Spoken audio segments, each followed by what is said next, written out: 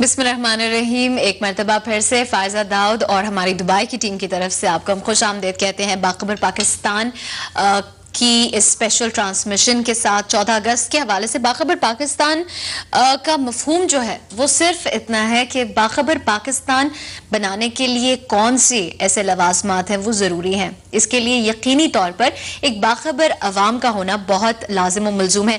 آج جہاں پہ کچھ ایسے ہم ماہرین سے بات کر رہے ہیں جو ہمیں بتا رہے ہیں کہ کہاں کہاں پر ہماری خامیاں رہی ہیں, کون کون سے چیلنجز رہے ہیں, وہیں پہ ہماری کوشش ہے کہ اپنی عوام سے بھی بات کریں. کچھ کالرز نے ہمیں کال کیا, بین الاقوامی جو تھے انہوں نے ہمیں کال کیا مختلف جگہوں سے, مختلف ممالک سے. انہوں نے یہ کہا کہ ان میں سے کچھ مفہوم جو تھا وہ یہ بنا کہ کچھ نے کہا کہ لیڈران صحیح نہیں, کچھ نے کہا کہ قوم ابھی تک ہم نہیں بن پائے ہیں. تو یہ قوم کیسے ہم بنیں گے؟ ہم چاہیں گے اس سیگمنٹ میں بھی ہم بات کریں. ہم اپنی لائیو کالز کا سلسلہ بھی تھوڑی دیر تک کھولیں گے. اس سے پہلے قائد اعظم رحمۃ اللہ علیہ کی ایک اور جو تقریر تھی, ان کا جو ایڈریس تھا جو سٹاف کالج کوئٹہ میں جس کا حصہ ہمارے پاس اور ایکسٹریکٹ ہے, 14 جون 1948 یعنی 14 جون 1948 کا دن تھا. قائد اعظم رحمۃ اللہ علیہ نے آئین کے حوالے سے, کانسٹیٹیوشن کے حوالے سے سٹاف کالج میں اپنے خطاب میں کیا فرمایا, آئیے دیکھتے ہیں اور سنتے بھی ہیں. The spirit is what really matters. I should like you to study the constitution which is in force in Pakistan at present and understand its true constitutional and legal implications when you say that you will be faithful to the constitution of the Dominion.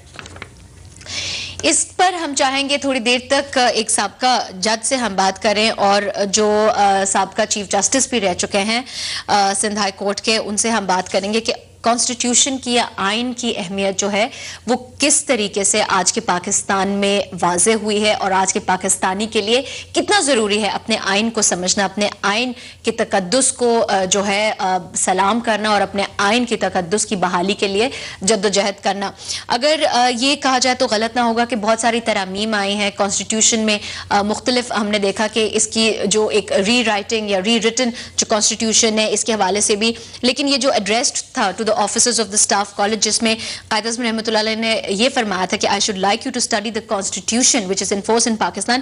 اس پر ہم چاہیں گے ہم اس وقت بات کریں justice retired وجیہ الدین احمد صاحب سے, جو سابقہ جج رہ چکے ہیں سپریم کورٹ آف پاکستان کے, چیف جسٹس کے فرائض بھی انجام دے چکے ہیں سندھ ہائی کورٹ کے لیے. جسٹس صاحب السلام علیکم. جی وعلیکم السلام فائزہ. جی جسٹس صاحب, آج کے اہم دن پر پاکستانی عوام کے لیے آپ کے خیال میں کانسٹیٹیوشن کی اگر ہم بات کریں کتنا لازم و ملزوم ہے ایک عام آدمی کا اپنے کانسٹیٹیوشن کو سمجھنا؟ جی میں آپ کی بات سنی جو قائد اعظم کی اسپیچ سے آپ نے ایکسرپٹ پیش کیا, تو یہ آپ یہ خیال فرمائیے کہ یہ بات ہے اپریل 1948 کی جی, اور غالباً جون 1948 کی بات ہے جی, اور یہ چند ماہ پہلے اس واقعے سے ہے جو 11 ستمبر 1948 میں موصوف کا انتقال ہو گیا. تو اس وقت جو بتانا چاہ رہے تھے وہ آئین کی اہمیت جو اسٹاف کالج کے فوجی تھے ان کو بتانا چاہ رہے تھے. اور یہ بھی خیال فرمائیے گا کہ اس وقت اس طرح کا آئین نہیں تھا جو ملک میں موجودہ 1973 کے آئین کی شکل میں نافذ ہے.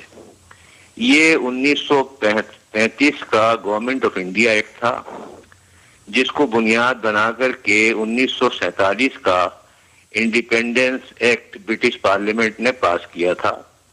وہ اس طرح کا آئین نہیں تھا جس طرح کا ہمارے پاس آج آئین ہے, ایک آزاد ملک کا آئین. لیکن اس آئین کی بھی اتنی اہمیت تھی کہ اس موقع کے اوپر قائد اعظم نے اس کا حوالہ دیا اور یہ ایمفیسائز کیا کہ فوج کے لوگ جن کو وہ ایڈریس کر رہے تھے ان کو آئین اور آئین کے مضمرات کو سمجھنے کی ضرورت ہے. اگر تو مجھے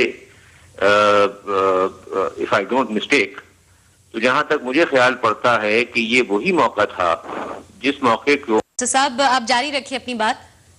جی, آپ کو اپنی اوت کا خیال رکھنا چاہیے آپ کو اپنی اوتھ کی ٹوٹل کمپلائنس اور سبمیشن کرنی چاہیے، اور سیاست آپ کا کام نہیں ہے. سیاست ایک جدا فیلڈ ہے اور وہ دیگر لوگوں کا کام ہے. تو یہ خیال فرما لیجئے کہ اس وقت ان کے خیالات کیا رہے ہوں گے، اور جس نوعیت کے وہ ویژنری تھے وہ اس وقت کیا سوچ رہے ہوں گے. اور اس سے پہلے میں آپ کا پروگرام سن رہا تھا، آپ نے غالباً اپریل 1948 میں ان کی بات چیت سول سرونٹس کے سلسلے میں بھی آپ نے بتائی. تو اب آپ یہ خیال فرمائیے کہ بیوروکریسی کی دو شاخیں ہیں، ایک سول بیوروکریسی اور ایک ملٹری بیوروکریسی، اور یہ دونوں ہی وہ بیوروکریسیز ہیں جو کہ ابتدائی زمانے سے ہی